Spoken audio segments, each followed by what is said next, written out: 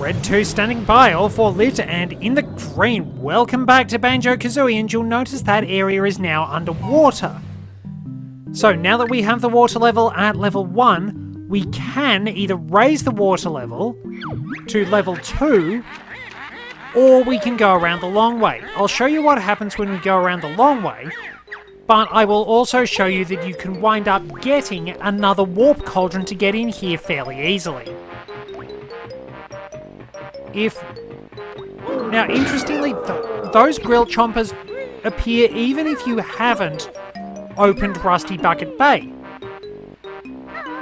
I think the only enemy that appears that is unique to Rusty Bucket Bay is the Flotsam, which is a life preserver trying to kill you. Don't think about it too hard. So, that rareware box, that is what opens up the level 2, water switch. But if we go this way, we can find out what that honeycomb-shaped tunnel with the grill over it is for. If you raise the water to level 2 immediately, you will never be able to break it. Not that it's much of a problem, because you have an option either way.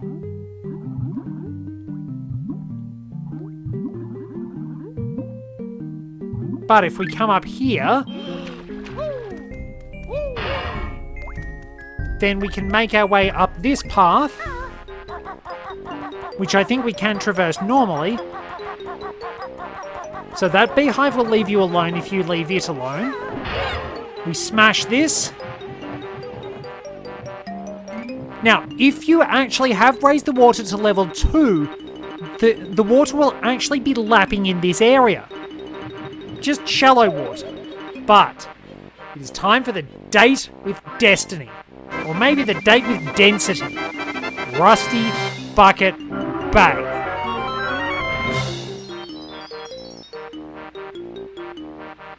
My favourite level in the game, and also the most notorious. For 2 major reasons. Now,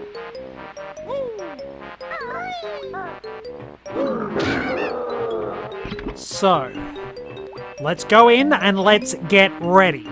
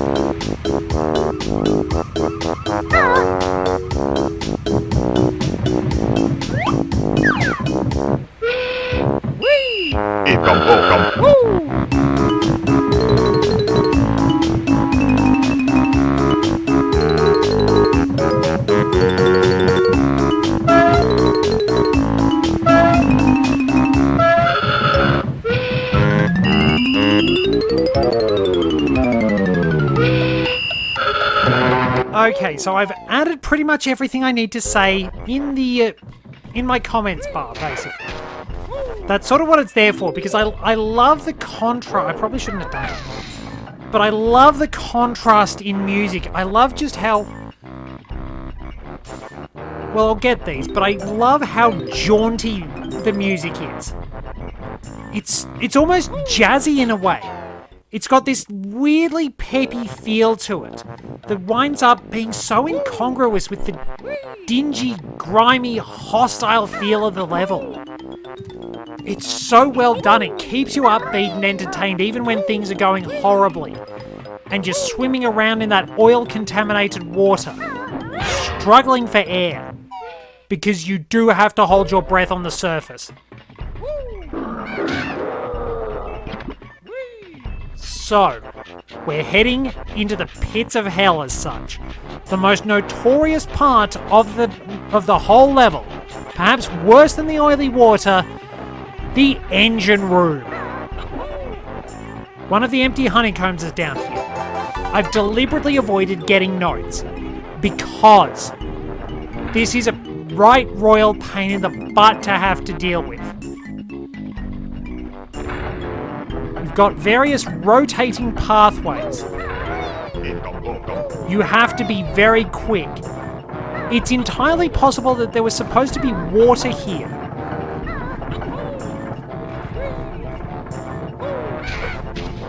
But you had to hit that switch just over behind that window there to make the fans occasionally slow down. They don't permanently slow down, oh no. They still keep going. They'll speed up and slow down. So you have to get your timing just right. And the sad part is, dare I say it, I'm, very rusty.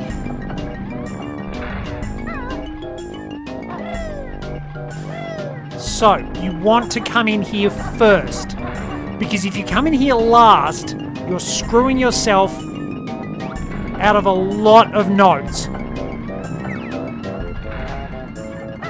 Because you have to be good. You have to be spot on. Now, I want to go over the other side first. That's the pathway I want to take in order to infiltrate this area.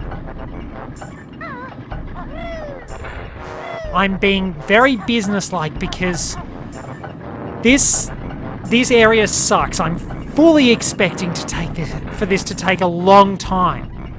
And so I'm being deathly serious. I normally go into Mr. Exposition mode, I'll be honest. But this is a nightmare. This is very much one screw up and you are a dead bear.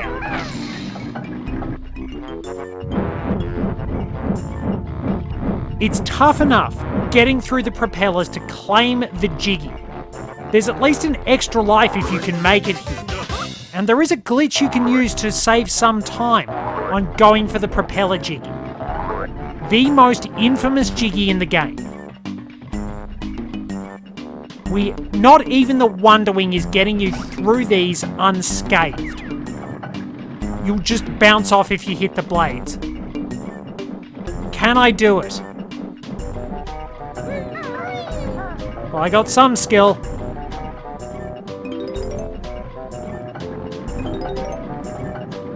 But the hardest part, going through them once is a pain in the butt. Will I be lucky twice? So we've got one. That is the easier of the two. Wait for them to slow down again.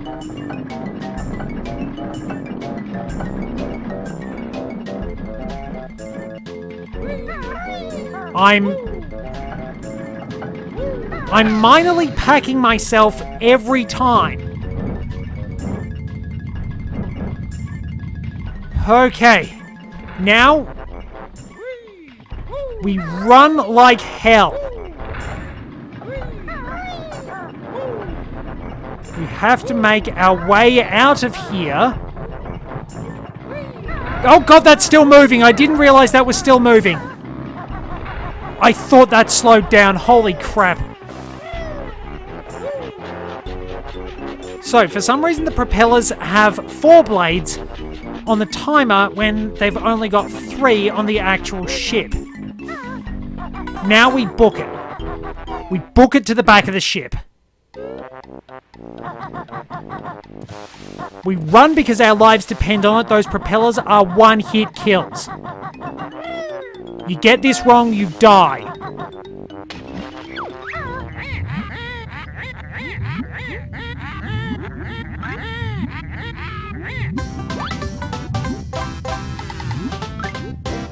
Holy cow!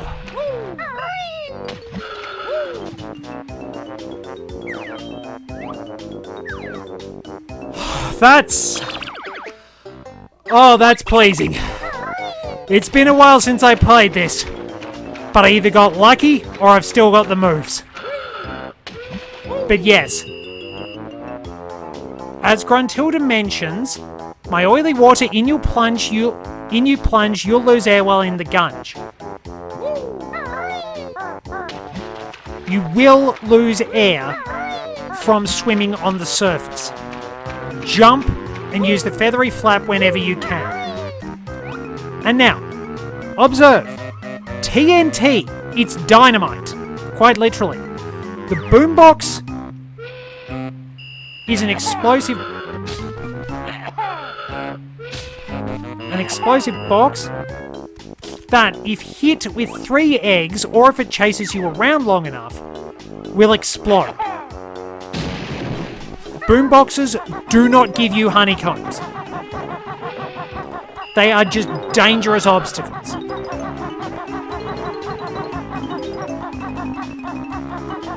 And there's a Jinjo down here, by the way. Under the scum, you'll breathe your last. Because air is used twice as fast. Bet you didn't need to hear that.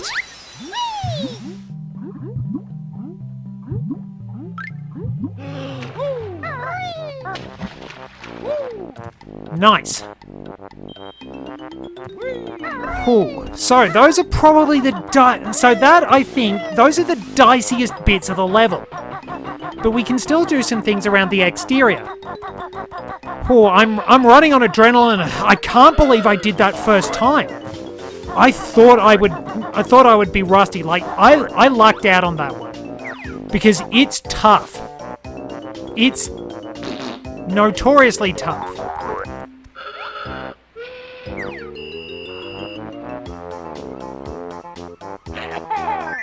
Rightio, so the toll 2.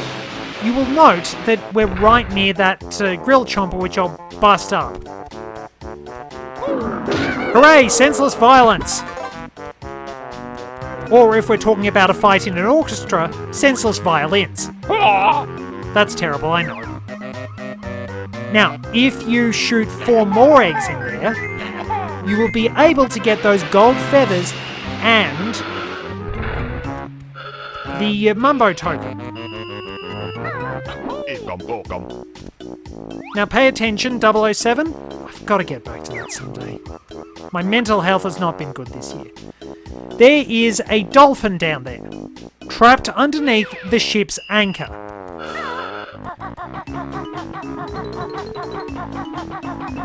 Now let's bust this window open.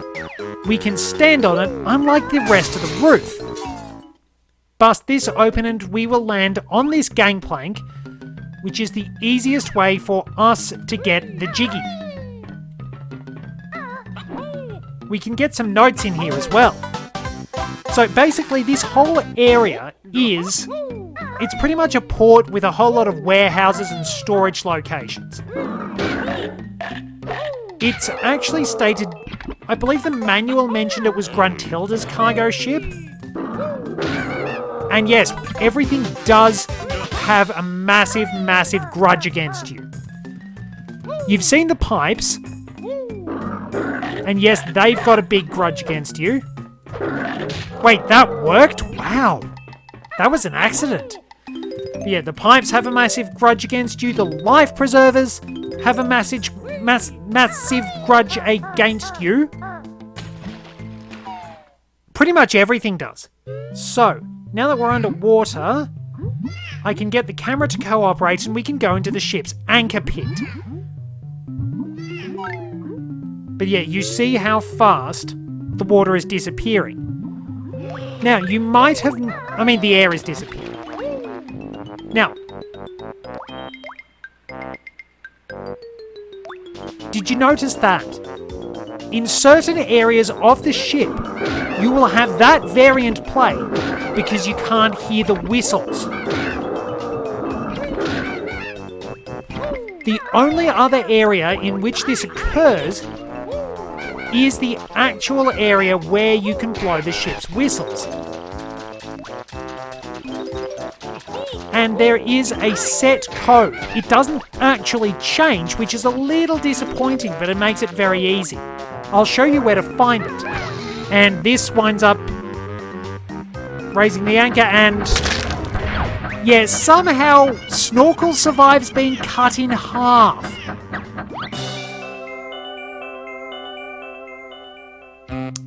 Don't ask how. Some sort of very creative magic trick. This is a nice little hoard if you want some health. But is it worth losing all that air?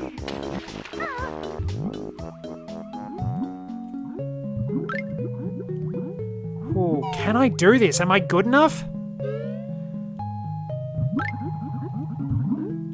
It'd be just the sort of thing I'd do if I managed to survive the horrors of the engine room, then got myself killed doing something dumb. Okay, we're safe. We're safe for now. We can breathe a little easier. Whoa, camera. So we'll continue to explore the exterior of...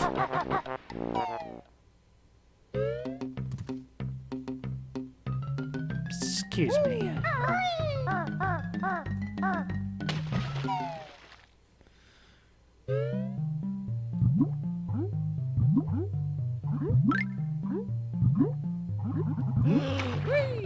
There's at least a ladder over here so we can get out.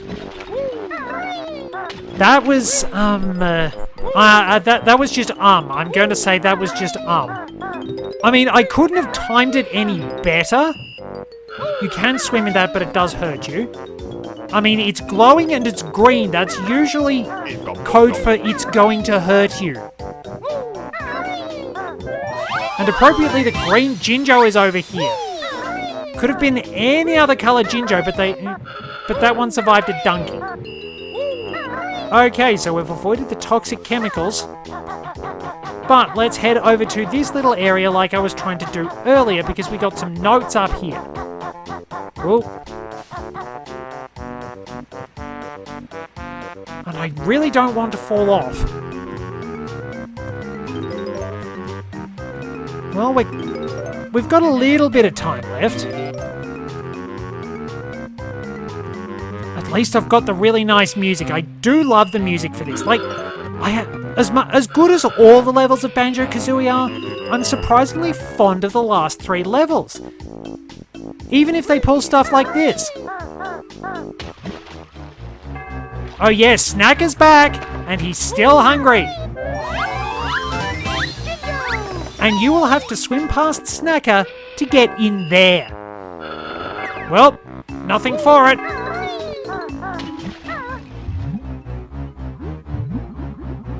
On course. Now we are. Oh, and by the way, this is still counted as the oily water, so get out quickly.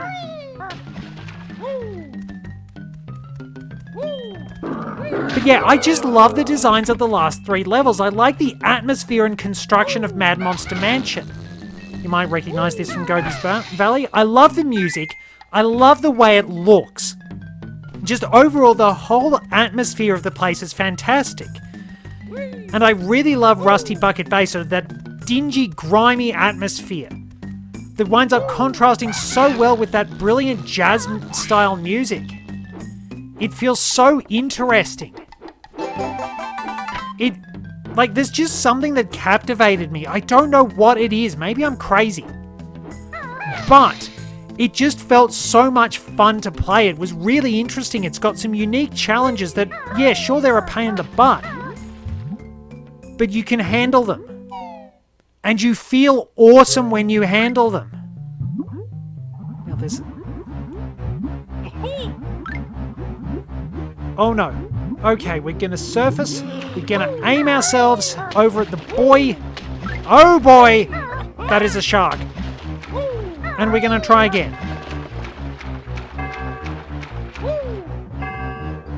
The bell does not help. There's the hole in the fence. But yeah, this has got some challenges that are like super tough, especially for kids. But you feel so awesome when you pull it off. You just feel great when you get the engine room at long last. And as I said, I just love the music. Especially when you actually get into the crewmate quarters. Not those crewmates. Like, it's just so jaunty and nautical. It's lovely. And then you get the amazing variations. The 4 seasons in one day of Click Clock Wood. Which is, again, it feels like a Banjo-Kazooie level in scope. It feels like it's preparing you for the next game. It's so beautiful. It's so well designed. I think we might have to... No, we can. So from here... Alrighty, so hang on. If I just hold ZL and press X, that makes me poop eggs out. But if I hold both those...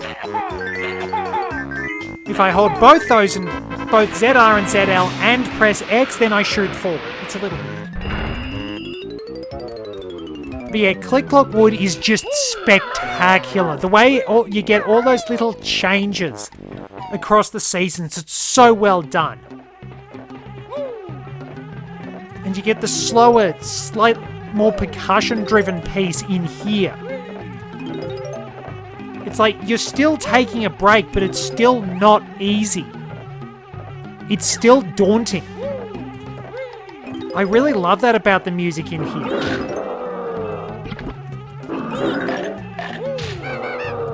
It's all so well done.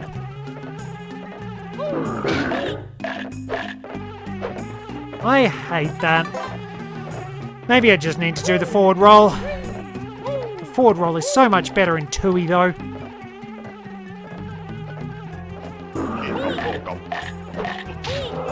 But yeah, I can't quite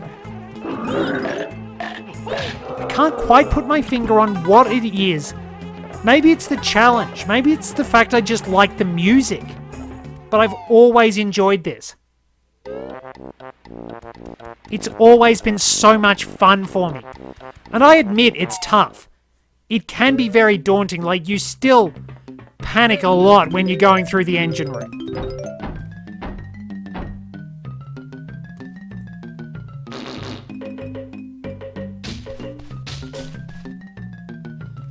Now, if you're really good, you can destroy all those boom boxes by making them chase you and leaving the room. Crap. Not quite what I was trying to do, but...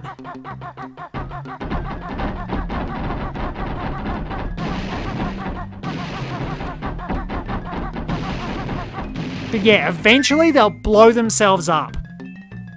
And you get a Flexin' Banjo for it. Interestingly, there are enemies in Banjo-Kazooie that wind up just lobbing crates of dynamite that just lob sticks of dynamite at you. You can defeat them easily with fire eggs or grenade eggs because they'll just blow up. Now, from the other side, you can use the Toll 6, but you don't need to. If you go over there, you've got the opportunity, but you will need the Toll 8. Now, if we go in here, we can get another Ginger. It's almost like a little labyrinth in a way. There's so much to explore. All these hidden areas. Just everything's just hiding something. You wonder what's lurking around here. What could be tucked away in the corners? In here, not much. Oh, there's a Mumbo token. I don't think I've ever realised there was a Mumbo token there.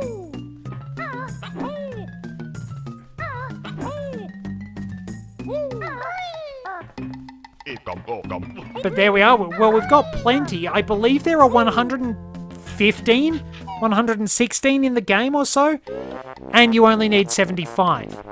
But yeah, it's just... there's just something about the design. I kind of like those levels with a bit of an industrial flair, or maybe I'm just a really big masochist. Because my favourite level in Banjo-Tooie is Grunty Industries. Again, it's so that dingy, grimy, dangerous industrial-themed level.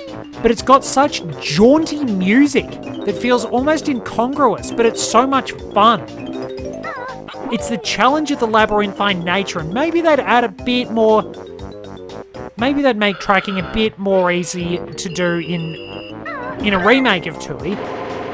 And we'd better get running, because we only have a limited time to grab the gold. So, it does give you a little bit of mercy.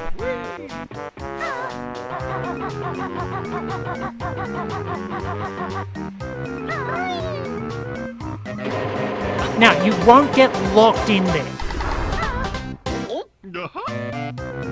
It will only drop, if you get the jiggy, it only drops as soon as you wind up leaving. So, Mumbo token at the prow. And, well, I'll tell you what we'll do. Before we go further into the ship, we'll get up here and we'll wrap up the episode by mucking around with the whistles. So, you know how I told you there's a code? I promised I'd go and find that. The camera's missing. No! Lousy camera controls. So, if you go here, you will see the code. It is always 312111. It never changes. So, once you know it, you've got it set. Did I get the notes on the ships, on the entry gangplank? I don't think I did. I deliberately walked past them to minimise the pain of having to collect notes again.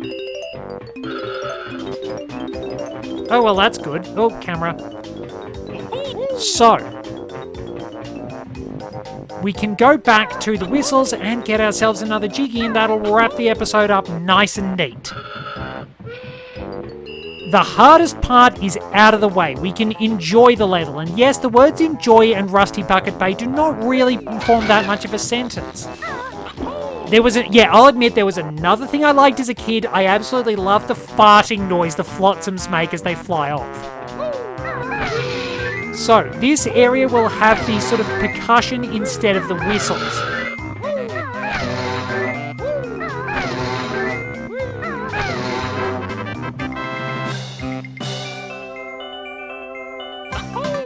And there we go.